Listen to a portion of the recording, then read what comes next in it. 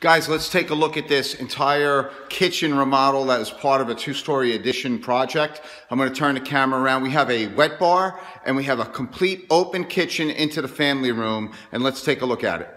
Okay, so as you walk in the side door here, we opened up this whole back space. We created this used to be the old kitchen right here. We created a wet bar, and off to the left begins the full kitchen. And look at the size of this kitchen. We have about 40 feet of cabinetry in here.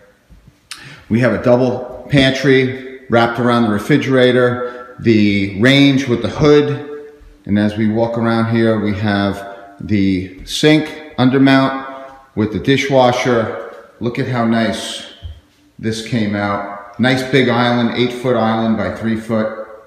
And that is a full kitchen remodel. The entire room that we're standing in here was part of a two-story addition that we added on, and we just got done finishing the floors. And it's only the first coat on the floors, but it's looking really nice. It's almost done. We're gonna put a semi-gloss finish on the floors, but look at this space. All this from here out was added on. First floor, second floor.